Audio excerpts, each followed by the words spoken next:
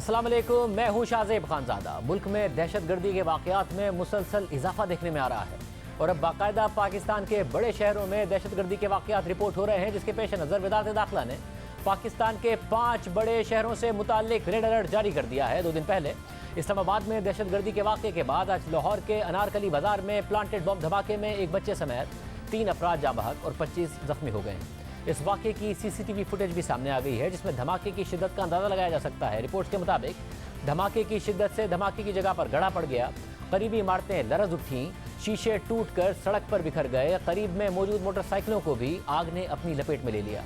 Police की इब्तिदाई report के मुताबिक धमाका प्लांटेड डिवाइस से किया गया, जिसमें 1.5 किलो बारूदी मवाद इस्तेमाल किया गया था। धमाके में एक इमारत, 8 मोटरसाइकिलों को नुकसान पहुंचा। साथ ही वाक़े के बाद ये जमागोइयाँ शुरू हो गई हैं कि इस वाक़े के पीछे कौन सी दहशतगर्द तंजीम है। फिलहाल कुछ दावे तो सामने आए हैं, मगर हुकूमत इस हवाले से अब तक तहकीकात कर रही है। दूसरी तरफ मुल्क में गुज़िश्ता 3 दिनों में 7 हमलों की जिम्मेदारी तहरीक तालिबान पाकिस्तान कबूल कर चुकी है। 2 दिन पहले इस्लामाबाद में पुलिस नाके पर फायरिंग के नतीजे में एक एहलकार शहीद और 2 जख्मी हो गए थे। इस पूरे मामले पर आपके सामने मौक़िफ़ रखेंगे। पाकिस्तान की अंदरूनी सिक्योरिटी से मुताल्लिक वजारत के अहदे पर फाइज वफाकी वज़ीर बराए दाखिला शेख रशीद साहब हमारे साथ मौजूद हैं। साथ ही मुल्क की सियासी सूरत हाल पर भी उनसे बात करेंगे। शेख साहब, बहुत शुक्रिया हमें शो में ज्वाइन करने के लिए। आज लाहौर में अफसोसनाक वाक़या हुआ है। पिछले दिनों एक बहुत सारे वाक़यात ज़रूर हुए हैं। 3 दिन में कुछ 7 हमलों की ओनरशिप कबूल की है तहरीक तालिबान पाकिस्तान ने। इस्लामाबाद के हमले के हवाले से भी आपने कहा कि वो दहशतगर्दी का ही वाक़या था। आज के वाक़े के हवाले से अभी तक क्या तफसीलात सामने आए हैं? एक नया बलोच ग्रुप है जो ओनरशिप क्लेम कर रहा है, आप क्या कहिएगा? अभी तक हमारे पास कोई कंफर्मेशन नहीं। इस्लामाबाद में तो जो लोग हुए, जो लोग मारे गए, उनके तक हम पहुंच गए और उनके मोबाइल्स तक भी और उनके कुछ और लोगों तक, क्योंकि इस्लामाबाद में पिछले साल 6 वाक़यात हुए थे। ये 1 साल का पहला वाक़या था जिसमें दोनों दहशतगर्द जो है वो मारे गए और टीटीपी ने उसको एक्सेप्ट किया और उनके 5-6 साथियों तक हम राब्ते में आ गए। और शेख साहब, क्या वजह है तहरीक तालिबान पाकिस्तान की तरफ से जो वाक़यात में इजाफा हुआ है? क्योंकि अब तो अफगानिस्तान में भी तालिबान की हुकूमत है, उसके बावजूद ये वाक़यात क्यों हो रहे हैं? देखिए, तालिबान जो है उनकी कोशिश है और बहुत अच्छी कोशिश है कि टीटीपी और मौजूदा हुकूमत के दरमियान मामलात तय पा जाएं। और तालिबान ने हमें श्योर किया है कि उनकी सरजमीन हमारे ख़िलाफ़ इस्तेमाल नहीं होगी। लेकिन ये नगहार का इलाका और कुन्नड़ और नूरस्तान और इस इलाके में उनकी जो डिमांड्स हैं वो इतनी आसान नहीं है कि उनको आसानी से कबूल किया जाए। जो पाकिस्तान में आना चाहे वो आए, कानून और आइन की बालादस्ती को तस्लीम करे, बड़े शौक़ से आए।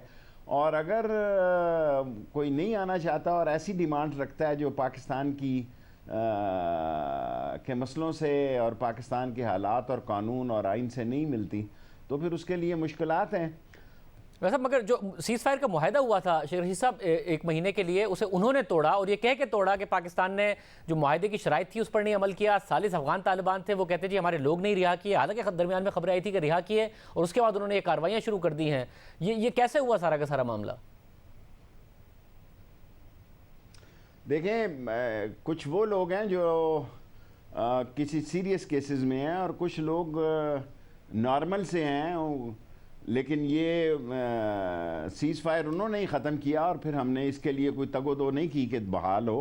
और अगर वो बातचीत करना चाहें तो हमारे बातचीत के दरवाज़े बंद नहीं हैं और तालिबान इसमें एक रोल अदा कर रहे हैं।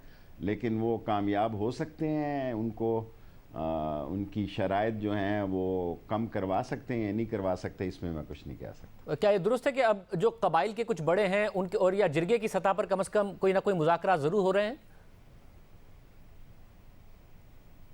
जिरगे में तो लोग मिल रहे हैं, बातें कर रहे हैं, लेकिन जो एक मुआहदे की शक्ल है उसको शक्ल नहीं आ रही। जिरगे गाँव में, देहातों में और कबाइल और ट्राइब में हो रहे हैं। और तो शेख साहब, ये कहा जा सकता है कि अफगान तालिबान या तहरीक तालिबान पाकिस्तान वो इतने क्लोज रहे हैं? जब अफगान तालिबान पर मुश्किल वक्त था, तहरीक तालिबान पाकिस्तान ने मदद की, इसके अलावा उनकी कार्रवाइयों में भी साथ दिया कि अफगान तालिबान जा नहीं रहे हैं तहरीक तालिबान पाकिस्तान के खिलाफ किसी भी किस्म की कार्रवाइयाँ पाकिस्तान में रोकने के लिए वो तैयार नहीं है, हालांकि पाकिस्तान ने कहा है उनसे। लेकिन सपोर्ट भी नहीं कर रहे। देखें, इमरान खान ने तालिबान के लिए अब ये इल्ज़ाम दिया कि तालिबान खान का इल्ज़ाम दिया, और उसने अमेरिकन एग्रेशन की और अमेरिकन अफ़गानिस्तान पर मामलात की और ड्रोन्स हमलों की। जिस तरह इमरान खान ने मुखालफत की और खुलकर मुखालफत की और वो बॉर्डर्स तक गया, वो पाकिस्तान का कोई और पॉलिटिशियन तो नहीं गया।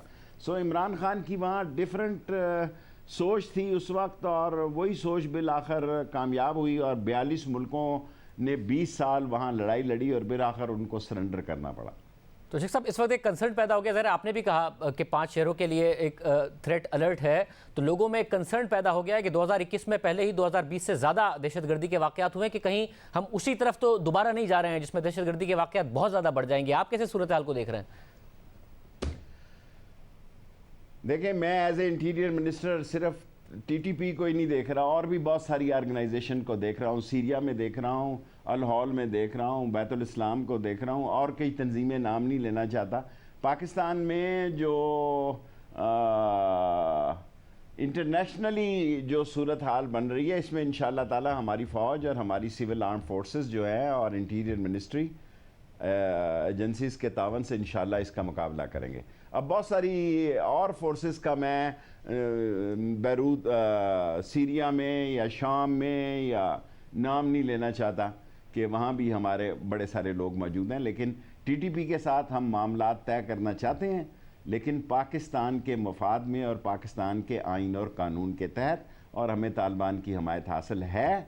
और तालिबान को ये कहा गया है और तालिबान उनको कह रहे हैं टीटीपी के कि अपने मसले आप पाकिस्तान से तय करें। शेख साहब, अब आगे बढ़ते हुए जो सियासी मामलात हैं उसमें भी बहुत ज़्यादा गर्मा गर्मी है, और अब हुकूमत के वज़रा ने इल्ज़ाम लगा दिया कि 4 लोग हैं जो मिलने गए थे। उससे पहले DGISPR ने प्रेस कॉन्फ्रेंस की थी कि कोई डील की बातें गलत हैं, जो बोले उससे सबूत मांगे। अब तो हुकूमत ने बात कर दी है। कौन 4 लोग हैं शेख साहब? आपसे ज़्यादा कौन जानता होगा? आप तो वज़ीर दाखिला भी हैं, वैसे भी इन मामलात को ज़्यादा जानते हैं। देखिए, मैं तो शाहजेब साहब, देखो ये गेट नंबर 4 की पैदावार है, ये नवाज शरीफ -4 ख़ानदान है। मिले या ना मिले, कोई पाकिस्तान की सियासत की सेहत पे फ़र्क नहीं पड़ता। ये सारे लोग देखें, हमने जब सियासत की है, जंग अखबार 10-10 साल मीर खलीलुर रहमान के पास और शोरश मलिक और अशरफी के पास 20-20 10-10 साल बैठे रहते थे तो एक सिंगल खबर लग जाती थी। अब तो इनका व्हील कप गुम जाता है, गाड़ी में इनका केस, इतने केसेस हैं होता है तो रोज़ इनकी।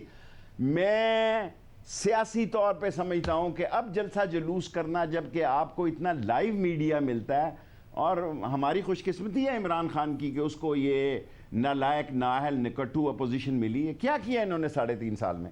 अगर हम इनका कुछ नहीं कर सके, शहबाज शरीफ जैसे केस का कुछ नहीं कर सके, हमजा जैसा ऐसा केस जिसमें के अरबों रुपए की वो फजल और वो पापड़ वाले और ये अरबों रुपए के मुलाजम 25-25 हज़ार की मनी लॉन्ड्रिंग अगर नहीं कर सके, तो हमारा ये क्या बिगाड़? आ जाए, मैं तो इनको मशवरा दूंगा कि बिलावल के साथ ही आ जाओ। 23 को यहाँ मार्च परेड, पास्ट परेड होगी, बहुत सारे OIC के अहम लोग आ रहे हैं, आप पे कौमी ज़िम्मेदारी होगी। और पाकिस्तान में 23 मार्च को एक बहुत बड़ा दिन मनाया जा रहा है कि OIC कॉन्फ्रेंस हो रही है, और फिर कोविड है, फिर ये दहशतगर्दी के हालात और मामलात हैं, मगर शेख साहब, मौसम का भी कोई पता नहीं। अब आपने वो जो गेट नंबर सारे हालात और आपने जो गेट नंबर 4 की बात की, अब दिलचस्प सूरत हाल ये है कि नून लीग वाले कह रहे हैं कि हम गेट नंबर 4 की तरफ देख ही नहीं रहे, जा भी नहीं रहे। गेट नंबर 4 वाले भी कह रहे हैं कि भाई हम किसी डील के लिए हमारे दरवाजे बंद हैं, ऐसी बात भी ना करें। मगर हुकूमती वज़रा कह रहे हैं, और वो कह रहे हैं हाजिर सर्विस से मुलाकात हुई है। तो ये गेट नंबर 4 खुला है या बंद है? देखें, बाजवा साहब, चीफ ऑफ आर्मी साहब खुद मुझसे एक दिन पूछते हैं कि वो गेट नंबर 4 कौन सा, शेख रशीद। मैं तो दादा उस्ताद था ना गार्डन कॉलेज में, मेरे तो बहुत बाद आए बाजवा साहब। सर, ये सारे गेट नंबर देखें, ये निकले कहां से हैं? ये सारे गेट नंबर 4 की पैदावार थे। आप मुझे बताएं कि इन्होंने 3.5 साल में क्या किया? फजलुर रहमान को तो मजा आ गया, उनका नाम तो मैं एहतराम से लूंगा, उनको तो वोट मिल गए। अब कहें ना कि हमने इस्तीफे देने हैं असम्बलियों से, कहें अपने इस्तीफे देने हैं, ऐसा कभी नहीं कहेंगे। सर जी, 3.5 साल हो गए हैं, अप्रैल में इलेक्शन आ जाने हैं इस्लामाबाद के और बल्दिये के। 4 साल अभी से हलकों में इलेक्शन कैंपेन शुरू हो गई, और अगर ये जमहूरियत से फिसलने की कोशिश की और इन्होंने कोई सियासी ब्लंडर किया तो सबसे ज्यादा सजा और फंसेंगे ये। पीटीआई को कुछ नहीं होने जा रहा। मगर शेख साहब, इमरान खान 5 साल ये नहीं, इसलिए मैं कह रहा शाहजेब 1 मिनट ठहर जाए, 1 मिनट ठहर जाए, इसलिए नहीं कह रहा कि मैं कोई वजारत का भूखा हूं। अल्लाह ने मुझे 15वीं वजारत दी है, कल अगर मुझे जाना पड़े तो ये कपड़े 4 टंगे हुए हैं। लेकिन मैं ईमानदारी से समझता हूं, मेरी ये पॉलिटिकल सोच है कि ये इतनी नाअहल अपोजिशन है कि ये इमरान खान के नाखनों में है, ये हमारा कुछ नहीं बिगाड़ सके और 5 साल वो पूरे करेगा। शेख साहब 5 साल तो पूरे कर लेंगे और 5 साल तो इमरान खान को पूरे करने भी चाहिए, आपकी हुकूमत को बिल्कुल 5 साल पूरे करने चाहिए। ये सिलसिला खत्म होना चाहिए कि कोई वजीर आजम इस मुल्क में 5 साल ना पूरे कर सके। मगर 5 साल के बाद का जो हाल है, क्योंकि एक जो आपका बयान था वो बहुत ज़्यादा कोट होने लगा है, यहाँ तक कहा गया कि DGISPR इसकी वजाहत करें। आपने कहा कि जो हाथ इमरान खान के सर पर है वो चाहते हैं कि इनके सर पर आ जाए, वो गले पे तो आ सकता है, सर पर नहीं आ सकता। और सब तो आप गेट नंबर 4 की बात करते हैं, ये पैदावार है, हाथ कहते हैं इमरान खान के सर पर है। कहा गया है, मुझे आज ये कहा गया है कि मैं इसकी तरदीद करूं, मैं नहीं कर रहा। तो यानी इमरान खान साहब के सर पर हाथ है। जिंदगी में अल्लाह ताला मेरे गुनाहों को माफ़ करे, अल्लाह ताला, मैं बहुत अगर किसी की गैबत की हो, किसी के ज़्यादती की हो, अल्लाह मेरे शर्म पर्दा रखे। आज मुझे कहा गया कि मैं इसकी तरदीद कर रहा, मैं नहीं कर रहा। गवर्नमेंट और इमरान खान बेवकूफ़ो, यानी एस्टेब्लिशमेंट और इमरान खान एक पेज पे है। छोटी मोटी टुक टक लगी रहती है, हल्की फुल्की मौसीकी, पक्का राग नहीं कोई गा रहा, मगर हल्की फुल्की मौसीकी। मगर शेख साहब, सारे गामा पादे नीसा का मतलब ये नहीं कि कोई ठुस होने जा रहा है, कोई ठुस नहीं होने जा रहा। आप जो हैं, आप अपनी रैलियां, आप मुझे बताएं ना। मगर शेख साहब मुझे एक बात बताएं ना, कि फिर गौर करें, एक के बाद एक, शेख साहब मगर एक के बाद एक वजीर जब ये बयान दे कि ये मिलने गए थे, डील मांग रहे हैं नवाज शरीफ से बगावत, तो कहीं ना कहीं हुकूमत में डर तो है ना। मैं अपने बयान का जिम्मेदार हूं। हाँ, आप अपने बयान के जिम्मेदार हैं, तो अपने बयान का जिम्मेदार हूं। तो आप अपने बयान इमरान खान के साथ हूं, उसको पीटीआई समझता हूं और उसके साथ खड़ा रहूंगा। शेख साहब आप अपने बयान के जिम्मेदार हैं। रहूंगा। बाकी जो बयानात हैं जिसके मैं इसीलिए इंटरव्यू, चले मैं मगर शेख साहब मैं आपके बयान को, बच्चे घर में कहते हैं अम्मा वो फिर आ गया मगर शेख साहब मैं आपके बयान को, घरों में कहते हैं अम्मा वो फिर आ गई है। मगर शेख साहब मैं आपके बयान को इन वुज़रा के बयान के साथ मिला देता हूं ना। अगर वुज़रा को क्या फिर डर है कि कहीं कोई मामला ना तय पा जाए जब कहते हैं कि जी मुलाकात हुई है? को नहीं मिलाएं। मैं आपका और जफा मैं नहीं मानता। मैं आपका दूसरा बयान जिसमें आपने कहा मेरे हद तक रहने दे कि इदारे शख्सियात की वजह से नहीं, वो दगा पड़ते रहे। शेख साहब आपने जब कहा कि इदारे शख्सियात की वजह से नहीं, अपनी पॉलिसी 10-10, 15-15 साल के लिए बनाते, तो कहीं ना कहीं डर आपको भी हुआ था कि शख्सियात बदलने से पॉलिसी ना बदल जाए। अदारे पॉलिसियों के साथ हैं। मैंने कहा था मैं आपके इस बयान पे कायम हूं और पॉलिसी अदारों की यही है कि मुंतखब हुकूमत के साथ चल रहा है। अस्ताम लिख के दे देता हूं आपको। ये ऐसे ही देखें, अब सारी सियासत जो है ना, सारी सियासत, इस लोग बिल आखिर इस टीवी से तंग आ जाएंगे, क्योंकि टीवी के अलावा 3.5 साल इन्होंने क्या किया जी? अब ये जलसे करेंगे, अब ये जुलूस करेंगे, कोविड है दुनिया में, सिर्फ साल सवा साल रह गया है और सवा साल का मतलब साल ही होता है। 1 साल सब्र करो, 3.5 साल आपने खजल खुआरी की है, 6 महीने और खजल खुआरी कर लो जो आपके नसीब में है। और मैंने तो कहा ये अंधी वेल मछलियां जिन्हें समझ नहीं आ रही क्या करना है। तो शेख साहब अगर क्या करेंगे इस्लामाबाद आके, और अगर आपने 5 साल पूरे किए, अगर शेख साहब हुकूमत ये 5 साल पूरे करती है, और जाहिर है आप कॉन्स्टिट्यूंसी पॉलिटिक्स को साल से करते आए हैं, अगर वो हाथ जो इमरान खान साहब के सर पर है वो उनके सर पर ही रहे और बेशक वो अपोजिशन की गर्दन पर हो, इस कारकर्दगी के साथ जब आप वोट लेने जाएगी ये हुकूमत, तो अवाम का हाथ कहाँ होगा? देखें, इसका जवाब मैं आपको शाहजेब 5 महीने के बाद दूंगा, अप्रैल मई में। 5 महीने की मुझे मोहलत दे दें, बजट हम देंगे जून का अच्छा वाला। मैं इमरान खान का मशकूर हूँ कि वो मेरी बात सुनता है, अगर वो ना सुने तो मैं क्या कर सकता हूँ? ये उसकी मुझ पे अल्लाह की मेहरबानी के बाद ये मेहरबानी है कि मैं उसको आवाम के हालात से बाखबर रखता हूँ और वो मेरी बात सुनता है। उसको पता है कि इसका कोई इंटरेस्ट नहीं है और वो, मैं उस इंटरेस्ट के साथ आपको कहता हूं बजट आने दें, अच्छा बजट देंगे इंशाअल्लाह ताला। हम 5-6 महीनों में बेहतर करेंगे। अगर नहीं बेहतर करेंगे तो अवाम का ये हक है, ये अवाम का राइट है कि अपना दुरुस्त फैसला। बल्दियाती इंतखाबात हुए, उससे पहले हमें नजर आता है ज़िमनी इंतखाबात हुए, उसकी कारकर्दगी को देखते हुए ये स्टोरी तो आप लोगों ने अवाम को सेल करनी है ना कि हमारी कारकर्दगी ठीक है, वो सेल होती नजर आ रही है आपके ख्याल में? अवाम ये बात बाय कर रहे हैं, उन्हें समझ में आ रही है कि आपकी कारकर्दगी ठीक है, नहीं कर रहे? अवाम को अगर शाहजेब अगर अवाम को शेख रशीद बेवकूफ़ समझे तो वो खुद बहुत बड़ा बेवकूफ़ है। मैं 77 में जब हल के निशान पे लड़ रहा था तो ये एमएनए मुझे चाह से लेके जाते थे, मैं मकबूल तरीन लीडर था पाकिस्तान का। मैंने उस वक्त देखी ये जहाज़, और आप मुझसे किसी लीडर का पूछ लें, बाचा खान से लेके बजिंजो से लेके बुगटी से लेके इमरान खान तक, मैं 77 के इलेक्शन से लेके आज के इलेक्शन में अवाम ने कभी गलत फैसला नहीं किया। मेरी मुखालफ हुकूमतें हैं, फिर भी मैं ये कहता हूं कि अवाम ने उनसे ख्वाहिश लगाई, अवाम ने हमसे ख्वाहिश लगाई कि हम एहतसाब करेंगे, हम इन चोरों को जेलों में डालेंगे। अरबों रुपए का सबूत आ गया कि ये चोर है, नहीं डाल सके। हमें लोग कहते हैं जी कि हमने तो आपको वो, ये कौम चाहती है, यहां नफरत है बड़े लोगों के खिलाफ।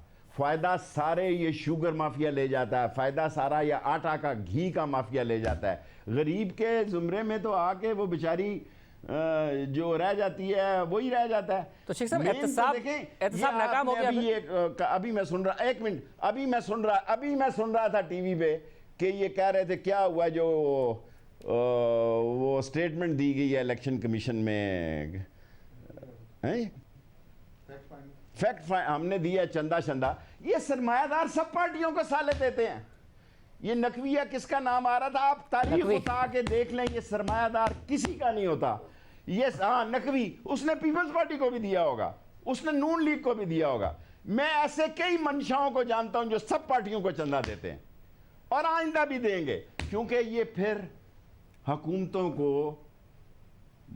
मुतासर करते हैं। इस मुल्क में कोई ऐसी सियासी हुकूमत नहीं है जो इन चोरों से कहे कि आपका चंदा नहीं लेता मैं। तो फिर शेख साहब फिर ये बताइए, सब पार्टियों को जाहिर है बाकी दो शेख साहब फिर बाकी दो जमातों की भी एक गिरोह है शेख साहब, फिर बाकी दो जमातों की रिपोर्ट भी आ जाएगी तो वाज़ेह हो जाएगा। मगर जो तहरीक इंसाफ कह के आई थी कि हम एहतसाब करेंगे, अब तो वज़ीर आज़म खुद मान रहे हैं, अब तो वज़ीर आज़म खुद मान रहे हैं कि एहतसाब में हम नाकाम हुए हैं, और आप नहीं समझते कि जो बड़े बड़े माफिया ने भरपूर फायदा उठाया है तहरीक इंसाफ की हुकूमत में भी?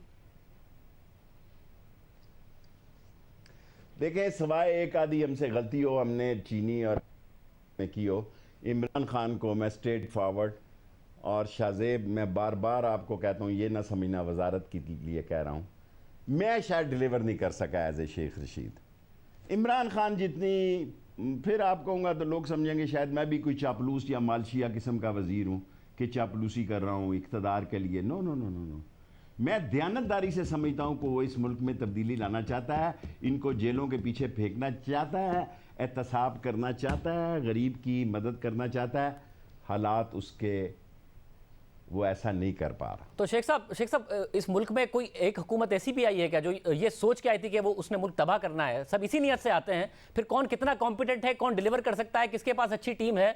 तो ये अब 3.5 साल बाद ये अगर कारकर्दगी है तो फिर नियत का क्या करें वज़ीर आज़म की? कोई माजी में कोई ऐसा वज़ीर आज़म भी आया है, आपने मुतादिद वज़ीर आज़म के साथ और सुदूर के साथ काम किया है, जो तबाह करने की नियत से आया था इस मुल्क को?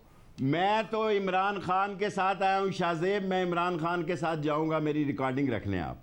मैं किसी के साथ पीटीआई में नहीं आया, मैं सिर्फ इमरान खान के ऊपर एतमाद करके आया हूँ। और मेरा दिल अभी भी कहता है, आज भी मीटिंग में मेरा दिल कहता है कि जो मैंने बातें अर्ज़ की हैं, जो मैंने बातें कही हैं, तरीके और सलीके से देखें।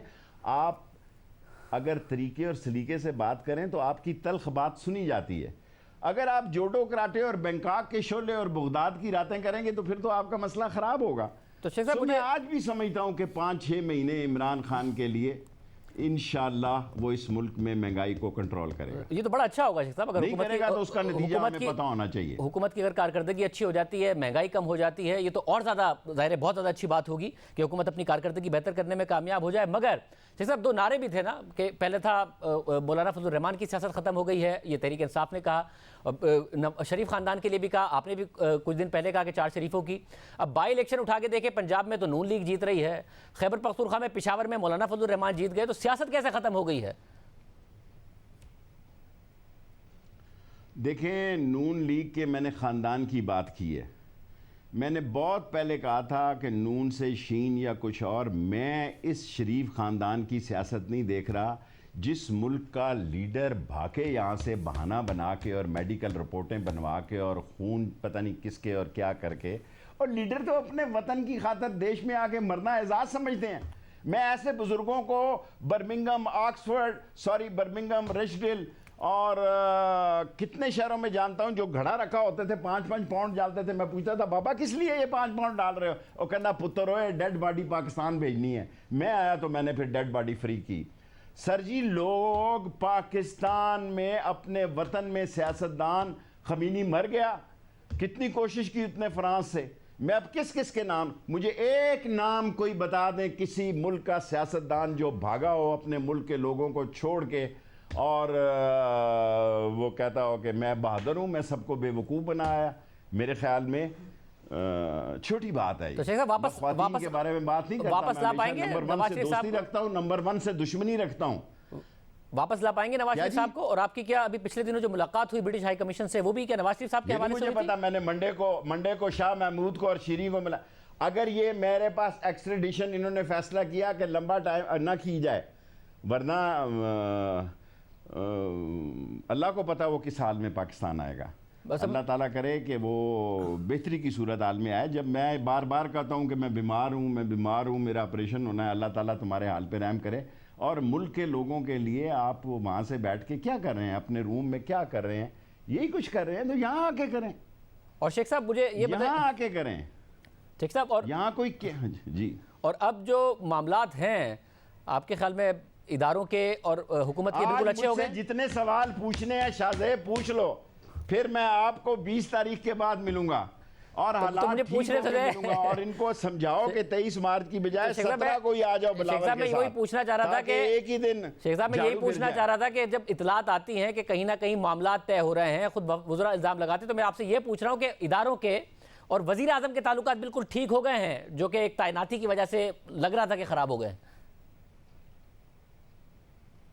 देखिए, मैं मीटिंग्स में मौजूद होता हूँ एज ए इंटीरियर मिनिस्टर। मैं आपको ज़िम्मेदारी से कहता हूँ कि इनके मामलात और हालात ठीक हैं। अगर कोई अकल का अंधा ये अपोजिशन ये समझ देखो ना, आस लगा के देखे क्या है, कोई अवाम की हमायत की आस नहीं है, कोई तहरीक चलाने की आस नहीं है। अदम एतमाद, इनके फिनांस बिल में 12 आदमी निकले, अगर उनके 25 आदमी कम ना निकले अदम एतमाद में तो आप मुझे पकड़ लें।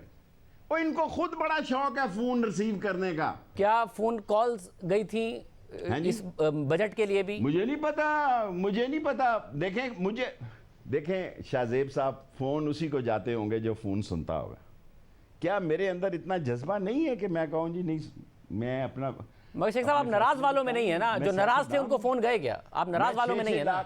आप तो खान साहब के साथ खड़े हैं, कुछ नाराज थे, उनको क्या फोन गए? इस तरीके से मैनेज हुआ मिनी बजट? देखें, मेरी गुजारिश सुने, मेरी एक गुजारिश शाहजेब, बड़े आराम से सुनना। अगर मैं इक़्तिदार को इतना खुश करूं कि लोग कहें कि झूठ बोल रहा है, ये 5-6 महीने में इमरान खान को हालात ठीक करने और इंशाल्लाह करेगा। देखिए ना, जिसको मैं रेट बताऊंगा, जिसको मैं भाव बताऊंगा, जब वो मंडी में जाएगा तो उसको सब कुछ पता लग जाएगा। वो कहेगा बकवास करता है ये शेख रशीद, ये झूठ बोलता है। मेरी बात पे मेरा हल्का इसलिए देखें, मैं तो कभी इतना करता नहीं, ये पिंडी वालों की मेहरबानी है, हल्के वाले, ये पिंडी वाले ना समझ लेना, फिर कल कहो कि वो पिंडी वालों की मेहरबानी। आप जब बोलते हैं हम दोनों ही समझते हैं, तो लोग उधर चले जाते हैं गेट नंबर 4। आप जब बोलते हैं तो हम दोनों ही समझते हैं हमेशा कि आप दोनों की बात कर रहे हैं। मैं रावलपिंडी के आबासियों, मैं रावलपिंडी के लोगों की बात करता हूँ कि वो मेरा हया करते हैं। मुझे तो ये फिक्र नहीं डूबी जा रही है कि मेरा नाला लई और मेरा रिंग रोड और मेरा माँ बच्चा अस्पताल ये 4-6 महीनों में आर पार हो जाए, तो ताकि सुरखरू हो लोगों के सामने जाने में। वरना लोग कहेंगे जी आपने तो कहा था नाला लई बनाऊंगा, माँ बच्चा अस्पताल बनाऊंगा। लोग तो देखें इलेक्शन में किसी को माफ़ नहीं करते, किसी को माफ़ नहीं। बड़े लीडरों की अलग बात है, वो लीडर होता है, वो आता है, खिताब करता है, चला जाता है। जो नीचे टीम होती है उसको तो बड़े सवालों के जवाब देने पड़ते हैं। बहुत शुक्रिया। शेख रशीद अहमद साहब हमारे साथ मौजूद थे। गुफ्तगू आपने सुनी सियासी मामलात पर भी, लॉ एंड ऑर्डर के मामलात पर भी। तफसीली गुफ्तगू शेख रशीद साहब की सुन रहे थे। प्रोग्राम में ब्रेक शामिल करते हैं। आज की एक और बड़ी डेवलपमेंट, उस पर बात करेंगे ब्रेक के बाद।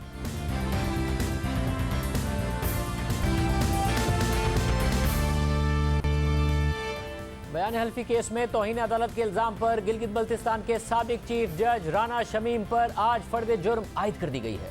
तहम सहाफियों के मामले पर फर्द जुर्म की कार्रवाई मौखर कर दी गई है। हमारे नुमाइंदे उवैस यूसुफजई के मुताबिक आज दौरान समाअत इस्लामाबाद हाई कोर्ट के चीफ जस्टिस अतहर मिनल्ला ने राना शमीम को रोस्ट्रम पर बुलाकर उनसे कहा कि हम आप पर चार्ज फ्रेम कर रहे हैं, आप फर्द जुर्म सुने। आपने इंग्लैंड में बयान हल्फी रिकॉर्ड कराया। आपने कहा कि चीफ जस्टिस साकिब निसार छुट्टियों पर गिलगित बल्तिस्तान आए। आपके मुताबिक उन्होंने हिदायत दी कि नवाज शरीफ और मरियम नवाज इलेक्शन से पहले बाहर नहीं आने चाहिए। फिर आपने साकिब निसार से पूछा कि ऐसी हिदायत क्यों दी, तो उन्होंने कहा कि पंजाब और गिलगित बल्तिस्तान की केमिस्ट्री मुख्तलिफ है। फर्द जुर्म पढ़ते हुए जस्टिस अतहर मिनल्ला ने मजीद कहा कि बयान हल्फी को नोटराइज कराया गया, जो मीडिया तक पहुंचा और 15 नवंबर को शाया हो गया। आपने जवाब में कहा कि बयान हल्फी नोटराइज करा के सील किया था और नवासे के हवाले किया था। आपने कहा हो सकता है कि बयान हल्फी नोटरी पब्लिक से लीक हुआ हो, मगर आपने नोटरी पब्लिक और अंसार अब्बासी के खिलाफ कोई कार्रवाई शुरू नहीं की। आपने अदालत को स्कैंडलाइज करने की कोशिश की। आपने अपने कंडक्ट से ज़ेर इल्तवा केस पर असरअंदाज होने की कोशिश की। चीफ जस्टिस अतहर मिनल्ला ने राना शमीम से पूछा कि आपको ओपन कोर्ट में तमाम इल्जाम पढ़कर सुना दिए गए हैं, इस पर आप क्या कहते हैं, आप इल्जाम तस्लीम करते हैं या नहीं। तो राना शमीम ने जवाब दिया कि पहले आप फर्द जुर्म की कॉपी मुझे दें, मैं कुछ बातें तस्लीम करता हूं और कुछ नहीं करता। चीफ जस्टिस अतहर मिनल्ला ने कहा कि आप अपने दिफा में कुछ कहना चाहते हैं तो तहरीरी तौर पर जमा कराएं। तो राना शमीम बोले कि अगर आपने यही सोच लिया है तो फिर मुझे आज ही सज़ा सुना दें, मेरे वकील भी मौजूद नहीं हैं, मुझे फिर लटका ही दें। आप मुझे सिंगल आउट क्यों कर रहे हैं। राना शमीम ने मौका इख्तियार किया कि अगर मेरे वकील के सामने फर्द जुर्म आयद की जाती तो बेहतर था। बयान हल्फी किसी को बताए बगैर 10 नवंबर 2021 को सील किया और इंग्लैंड में अपने नवासे के हवाले किया। 30 अक्टूबर 2021 को अमेरिका में एक सिंपोजियम में बतौर मेहमान खुसूसी शिरकत की। 6 नवंबर को भाई की वफात की इतला मिली तो पाकिस्तान के लिए डायरेक्ट फ्लाइट नहीं मिल सकी, इसलिए बरतानिया की ट्रांजिट फ्लाइट के जरिए पाकिस्तान वापस आया। भाई से कबल भी 4 माह के दौरान 4 करीबी रिश्तेदारों की अमवात की वजह से अफसुर्दा था। करीबी अफराद की अमवात के बाद इस वाक़े को तहरीरी शक्ल में लाने की अहमियत का एहसास हुआ। ये बात सुप्रीम जुडिशल काउंसिल को इसलिए नहीं बताई क्योंकि साकिब निसार खुद उसके सरबराह थे, जबकि यह वाक़या अभी पाकिस्तान की हुदूद से बाहर हुआ था और 1 माह बाद में ओहदे से रिटायर भी हो गया था। राना शमीम ने मजीद कहा कि बयान हल्फी में बयान करदा हक़ाइक़ में वो ही कुछ बयान किया गया जो खुद सुना। पहले यह हक़ाइक़ ज़िंदगी भर बयान न करने का इरादा था, मगर मरहूमा अहलिया से किया गया वादा और फैमिली मेम्बर्स की अमवात के बाद हक़ाइक़ को रिकॉर्ड कराया। साबिक चीफ जज ने अदालत से इस्तदा की कि बयान हल्फी के हक़ाइक़ की तस्दीक बज़रिया इंक्वायरी कराई जाए। इंसाफ के हुसूल के लिए ज़रूरी है कि साबिक चीफ जस्टिस का जवाबी हल्फनामा भी लिया जाए। साबिक चीफ जस्टिस का जवाबी हल्फनामा इंक्वायरी के सामने पेश करके जिरह का मौका दिया जाए। बयान हल्फी में बयान करदा हक़ाइक़ गलत साबित होने तक क्रिमिनल तौहीन का केस नहीं बनता। अगर बयान हल्फी में बयान करदा हक़ाइक़ दुरुस्त साबित हो जाएं तो ये केस ही ख़त्म हो जाएगा। ऐसा सिर्फ मुनसिफाना इंक्वायरी से ही मुमकिन है। राना शमीम के मुताबिक उनका बयान हल्फी की तशहीर का कभी कोई इरादा ही नहीं था, इसलिए उन्होंने बयान हल्फी को खुफिया रखा और पाकिस्तान से बाहर उसे रिकॉर्ड कराया। दौरान समाअत उन्होंने मजीद कहा कि इस अदालत के जजेस का एहतराम है जो आज़ाद हैं और कानून के मुताबिक फैसले करते हैं। इस्तदा है कि तौहीन अदालत की फर्द जुर्म के बजाय हक़ाइक़ जानने के लिए इंक्वायरी की जाए। तो चीफ जस्टिस अतहर मिनल्ला ने उनसे कहा कि राना साहिब, आप माशाअल्लाह चीफ जज रह चुके हैं, आपने भी तौहीन अदालत के केसेस सुने होंगे। तो राना शमीम ने जवाब दिया कि मैंने कभी तौहीन अदालत का केस नहीं सुना, मैं उस पर यकीन ही नहीं रखता। फिर जस्टिस अतहर मिनल्ला ने रिमार्क दिए कि आपको मालूम है कि चार्ज फ्रेम का मतलब ही ये है कि आपको मौका मिलेगा, आपका इल्ज़ाम इस अदालत से मुताल्लिक है। दौरान समाअत जर्नलिस्ट एसोसिएशन के सदर साकिब बशीर ने चीफ जस्टिस से इस्तदा की कि सहाफ़ियों की हद तक फर्द जुर्म की कार्रवाई मौखर की जाए। ऐसा करना अटॉर्नी जनरल और अदालती मुआवनीन की राय के मुताबिक है। आपने जो मोहतात रवैये की बात की थी उसको भी मुस्तकबिल में देखा जाएगा। PFUJ के साबिक सदर अफजल भट्ट ने रोस्ट्रम पर आकर कहा कि हम ज़ेर समाअत केसेस पर रिपोर्टिंग और तबसरे से मुतालिक मीटिंग्स कर रहे हैं। तो चीफ जस्टिस ने रिमार्क दिए कि अदालत लाइसेंस नहीं दे सकती कि कोई भी इस तरह अदालत की बेतौकीरी करे। आपको एहसास तक नहीं है कि ज़ेर समाअत केस पर असरअंदाज होने की कोशिश की गई। ये अदालत ओपन एहतसाब पर यकीन रखती है और उसे वेलकम करती है। चीफ जस्टिस ने मजीद कहा कि अखबार के एक आर्टिकल का ताल्लुक साकिब निसार से नहीं बल्कि इस्लामाबाद हाई कोर्ट के साथ है। अंसार अब्बासी को मैं 20 साल से जानता हूँ, उनकी इंटेग्रिटी पर कोई शक नहीं है। अदालत में मौजूद सीनियर सहाफ़ी नासिर जैदी ने मौक़िफ़ इख्तियार किया कि हमने मीटिंग्स की हैं और कोर्ट रिपोर्टिंग से मुताल्लिक कोड ऑफ कंडक्ट बना रहे हैं। नासिर जैदी का यह नुक्ता इस लिहाज से अहम है क्योंकि आज मुकदमे की समाअत के दौरान अदालती मुआविन फैसल सिद्दीकी ने कहा कि ये केस सबजुडिस रूल्स के बारे में है, मगर खुद इस केस की रिपोर्टिंग में भी रूल्स की खिलाफ वर्जी हुई है। अदालती मुआवनीन समेत दीगर अफराद की भी किरदार कुशी हो रही है, जिस पर चीफ जस्टिस अतहर मिनल्लाह ने फैसल सिद्दीकी से पूछा कि क्या आपके खिलाफ बात की गई, तो फैसल सिद्दीकी ने बताया कि मेरे खिलाफ नहीं, अदालती मुआविन रीमा उमर के खिलाफ प्रोपेगेंडा किया गया, जिस पर चीफ जस्टिस ने कहा कि अगर इस तरह की रिपोर्टिंग हो रही है ये तो अफसोसनाक बात है, क्योंकि रीमा उमर ने तो काबिलियत के साथ अदालत की मुआवनत की है। अब ये अहम नुक्ता है, क्योंकि जब से ये मामला अदालत में पहुंचा है तो सोशल मीडिया पर एक बाकायदा मुहिम चलाई जा रही है।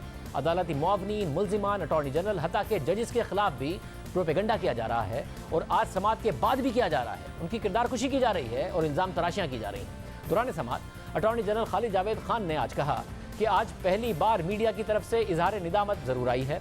इस्तदा है कि तौहीन अदालत की कार्रवाई ख़त्म नहीं भी करनी तो मीडिया की हद तक मौखर की जाए। दौरान समात अदालत ने राना शमीम की फ़र्द जुर्म आयद करने से पहले मामले की इंक्वायरी कराने की दरख्वास्त मुस्तरद कर दी और उन पर आज ही फ़र्द जुर्म आयद कर दी। ताहम मीडिया पर्सनस के मामले पर फ़र्द जुर्म की कार्रवाई मौखर करते हुए ये रिमार्क दिए कि अगर मुकदमे की कार्रवाई के दौरान कहीं ये तासुर मिला कि बयान हल्फी जानबूझकर शाया किया गया है तो अदालत मीडिया पर्सनस पर भी फ़र्द जुर्म आयद करेगी। इस्लामाबाद हाई कोर्ट में मुकदमे की अगली समात अब 15 फरवरी को रखी गई है। मगर दूसरी तरफ साबिक चीफ जज राना शमीम के बयान हल्फी के मामले पर आज एक और अहम पेशरफ सामने आई है। हाल ही में बयान हल्फी के नवाज शरीफ के दफ्तर में नोटराइज किए जाने का दावा करने वाले सहाफ़ी इरफान हाशमी ने आज बतौर सबूत एक ऑडियो भी रिलीज़ की है और साथ में उसकी तस्दीक के लिए फॉरेंसिक रिपोर्ट भी लगाई है। इरफान हाशमी के दावे के मुताबिक ऑडियो में सुना जा सकता है कि लंदन में राना शमीम का बयान हल्फी नोटराइज करने वाले ओथ कमिश्नर चार्ल्स गथरी ये कह रहे हैं कि उन्होंने नवाज शरीफ के दफ्तर जाकर राना शमीम के बयान हल्फी को नोटराइज किया। Judge, I was in Nawaz Sharif's office. Judge, I was in Nawaz Sharif's office. Moblage. Moblage. Very good. I think he's one of his mates, you know what I mean? When Nawaz Sharif's Prime Minister, you know, I make you the head judge in Pakistan, that type of thing, and it would be the head judge for whatever, 10 to 15 years. So it's like one of his friends, you know. इस audio पर अब तक Charles गथरी का कोई रद्दमल सामने नहीं आया है, मगर इससे पहले जब खबर शाया हुई थी तो उस वक्त उन्होंने लंदन में जियो न्यूज़ के नुमाइंदे मुर्जा अली शाह से बात करते हुए कहा था कि अगर जारी करनी है तो पूरी ऑडियो जारी की जाए। कॉपी पेस्ट ऑडियो सूरत हाल की मुकम्मल अक्कासी नहीं करती। उनका मौक़िफ़ वही है जो उन्होंने जियो न्यूज़ से बात करते हुए इख्तियार किया था।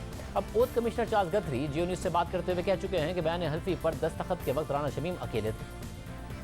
True and genuine paper. ये सच्ची और असल दस्तावेज है। ये बयान मुझे मौसर तरीके से दिया गया। जिस शख्स ने इसे बनाया उसने अपना पासपोर्ट, कौमी शनाख्ती कार्ड दिखाया था। Produce their passport and that वो मुझसे अकेले मिले थे। alone. ये आज़ादाना तौर पर बनाया गया। अगर आपको इस बात की तस्दीक के लिए किसी भी अदालत या किसी कानूनी फोरम पर हाजिर होना पड़े कि ये वो दस्तावेज है जिस पर राना शमीम ने दस्तखत किए थे, क्या आप इसकी तस्दीक करेंगे? जी हाँ, बिल्कुल। अब ये दो दावे हैं, एक में चार्ल्स गथरी का मुबैना ऑडियो बयान है जिसकी फॉरेंसिक भी कराई गई है और सहाफ़ी का दावा है कि उनके पास मजीद सबूत भी मौजूद हैं और दूसरी तरफ उनका अपना वीडियो बयान भी मौजूद है और आज राना शमीम पर फर्द जुर्म भी आयद हो गई है। तो क्या ये मामला नवाज शरीफ तक जाएगा और शरीफ ख़ानदान को उल्टा पड़ जाएगा? इस पर अहम सवालात आपके सामने रखेंगे एक ब्रेक के बाद।